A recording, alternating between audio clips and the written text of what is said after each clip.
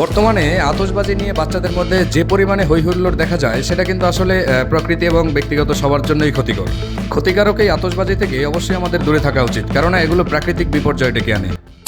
Hello everyone, আসসালামু আলাইকুম। বলছিলাম আতশবাজির কথা।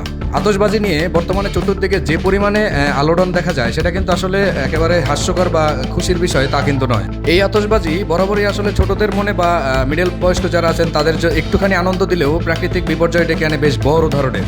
আমরা বর্তমানে যে আনন্দ উল্লাস করি তার অন্যতম একটা অনুষঙ্গ হিসাবে স্থান দিয়েছি এই আতশবাজিকে। এই আতশবাজির উৎপত্তি এবং বিকাশ সম্পর্কে আমাদের অনেকেরই অজানা।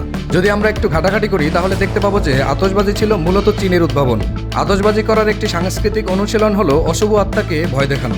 তাদের সেই প্রেক্ষাপটে তারা অশুভ আত্মাকে ভয় দেখানোর জন্যই মূলত আতশবাজি ব্যবহার করত। এছাড়াও চীনা নববর্ষ এবং মধ্য শরৎ চাঁদ উৎসবের মতো সাংস্কৃতিক অনুষ্ঠানে বিপুল পরিমাণে আতশবাজি ব্যবহৃত হতো। তৎকালীন সেই দৃষ্টিনন্দিত আতশবাজি দেখার জন্য বিশ্বের বিভিন্ন দেশ থেকে অজস্র পর্যটক দর্শনীয় স্থানগুলোতে ভিড় জমাতো।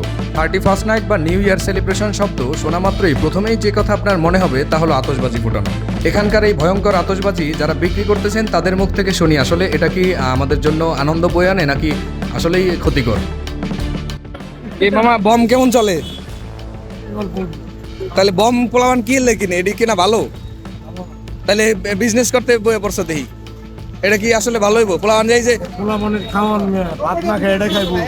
আচ্ছা, এটা তো ক্ষতি। এই যে হাতের মধ্যে ফুটে জায়গা পোলাবানের ওই যে ইয়ের মধ্যে ফুটে। আচ্ছা আচ্ছা, হাত তা ঠিক। বছরের শেষ দিন আতশবাজি ফুটিয়ে পুরনো দিনকে বিদায় জানিয়ে নতুন দিনকে বরণ করে নেওয়া হয়। এছাড়াও বিভিন্ন উৎসবে অনেকেই আতশবাজি ফুটিয়ে থাকেন, কিন্তু কখনো কি মনে প্রশ্ন জেগেছে কিভাবে এর প্রচলন হলো?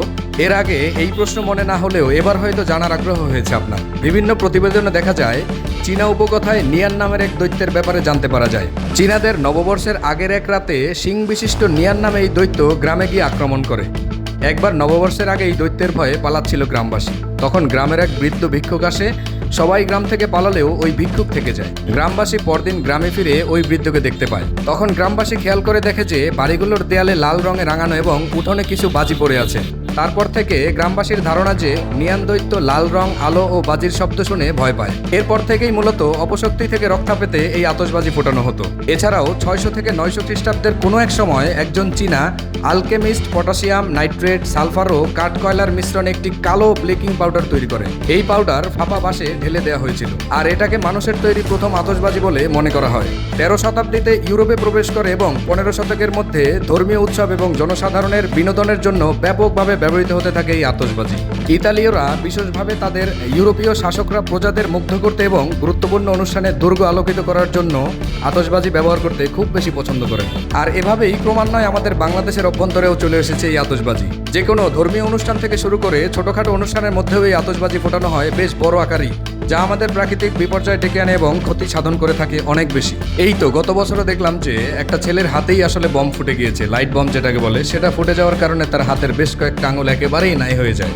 আর এত বড় যে একটা ক্ষতি হয় এটা কিন্তু এই সাময়িক সময়ের আনন্দের জন্যই। তো সাময়িক সময়ের আনন্দ থেকে আমরা বিরত থাকলে এরকম বড় বড় ক্ষতি সাধন থেকেও বিরত থাকতে পারবো। এছাড়াও আমরা যদি পত্রপত্রিকা বা প্রতিবেদন দেখি, অনলাইন প্রতিবেদনের মাধ্যমে আমরা জানতে পারি যে বিশ্বের বড় বড় উন্নত কান্ট্রিতেও কিন্তু এইরকম বড় বড় আতশবাজির কারণে বেশ বড় বড় বিপর্যয় নেমে এসেছে এবং সেটার মাত্রা কিন্তু একেবারে ক্ষুদ্র নয়। প্রত্যেক বছরই আসলে আতশবাজির এই যে বিপর্যয় সেটা থেকে কিন্তু সবাইকে সতর্ক করা হয়। তারপরেও আসলে বাচ্চারা যারা আছে তারা কিন্তু কোনো মতেই মানতে নারাজ, কারণ ঈদের আনন্দের যে একটা গুরুত্বপূর্ণ অংশ বানিয়ে নিয়েছে এটাকে। কিন্তু তারপরে আমাদের মনে রাখতে হবে যে প্রাকৃতিক এই বিপর্যয় কিন্তু একেবারে চারটিখানি কথা নয়। চতুর্দিকে বোম ফোটানোর কারণে ছোট বড় তারপরে মধ্যবয়স্ক বৃদ্ধ মানুষ যারা রয়েছেন তাদের কিন্তু ঘুমে বিঘ্ন ঘটে। তারপরে গাছগাছালিতে যে পাখির বাসা বাঁধে বা পাখিরা একটু শান্তিতে ঘুমাবে তাদের নিরে, তাও কিন্তু হয় না। সারা রাত জুড়ে আসলে টপ টপ করে টপাস টপাস করে বম ফুটতেই থাকে। সেটা কিন্তু একেবারেই অস্বস্তিদায়ক একটা, সারা রাত আসলে ঘুমানোই যায় না। তো এগুলো থেকে মুক্তি পেতে হলে আসলে প্রশাসনিক দৃষ্টিকোণ থেকে একটু সচল হতে হবে, সবল হতে হবে। কেননা 2 দিন আগেও দেখেছি আসলে বাজারে বোম বিক্রি করার সময় প্রশাসনিক ভাই যারা রয়েছেন তারা কিন্তু বোম নিয়ে গিয়েছেন এবং যারা বিক্রি করতেছেন তাদেরকে ধরেও নিয়ে গেছেন। তো এরকমভাবে যদি একটু টাইট দেওয়া যায় তাহলে ক্রমান্বয়ে আসলে এটা কমে আনা সম্ভব হবে। আর তাই আমার মনে হয় যে বাচ্চাদের এই সাময়িক সময়ের আনন্দের জন্য প্রাকৃতিক একটা বেশ বড় বিপর্যয় ডেকে আনা একেবারে নিছক ছেলে মানুষই ছাড়া আর কিছুই নয়। তারপরেও আপনারা বুদ্ধিজীবী অনেক মানুষ রয়েছেন, দেখেন যেটা ভালো মনে করেন আর কি।